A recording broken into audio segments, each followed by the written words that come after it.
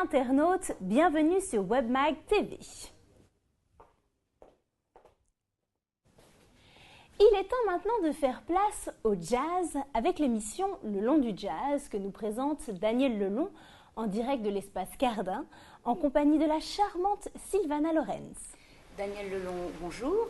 Nous sommes ici dans le théâtre de l'espace Pierre Cardin à Paris, fondé en 1970 par Pierre Cardin. Et vous avez eu l'occasion de voir plusieurs concerts de jazz ici. Oui, c'est un lieu historique, en effet. Enfin, personnellement, moi j'y ai vu un concert d'un groupe américain du nom de Holden Dreams, Charlie Haden, Don Cherry, qui perpétrait la mémoire de Ornette Coleman, enfin en tout cas le souvenir de sa musique. Mais il est toujours vivant, Ornette Coleman, mais enfin ce groupe constitué, Holden Dreams, est un groupe très très fameux. C'était d'autant plus étonnant par rapport à l'endroit que c'était un groupe qui était réputé comme étant un groupe d'avant-garde, de jazz.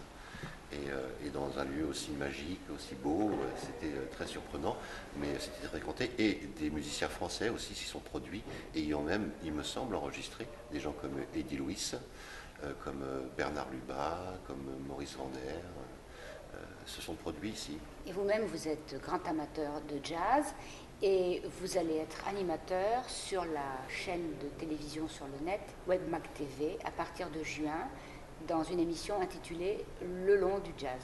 Oui, pardonnez-moi cette immodestie, mais c'est le directeur de la chaîne, Marc Fichel. Voilà, Marc Fichel, qui a considéré que c'était le titre le plus approprié. Moi, je trouve que c'est un excellent titre. En tout cas, j'essaierai de l'honorer du mieux possible. Alors, le contenu de l'émission, ce sera des archives.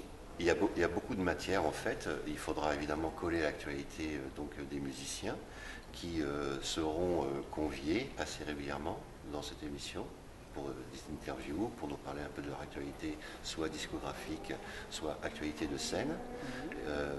En corollaire de ça, donc, il y aura aussi une rubrique dévolue à la sortie des disques, parce que malgré la crise du marché du disque, il en sort encore quand même.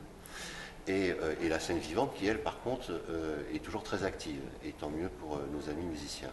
Donc il y aura aussi, j'évoquerai aussi régulièrement, ces deux pans importants de l'activité de musicien.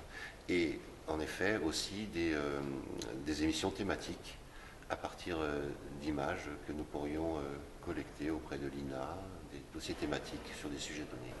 Eh bien, nous serons ravis de voir toutes ces émissions sur WebMag TV à partir de juin. Avec grand plaisir.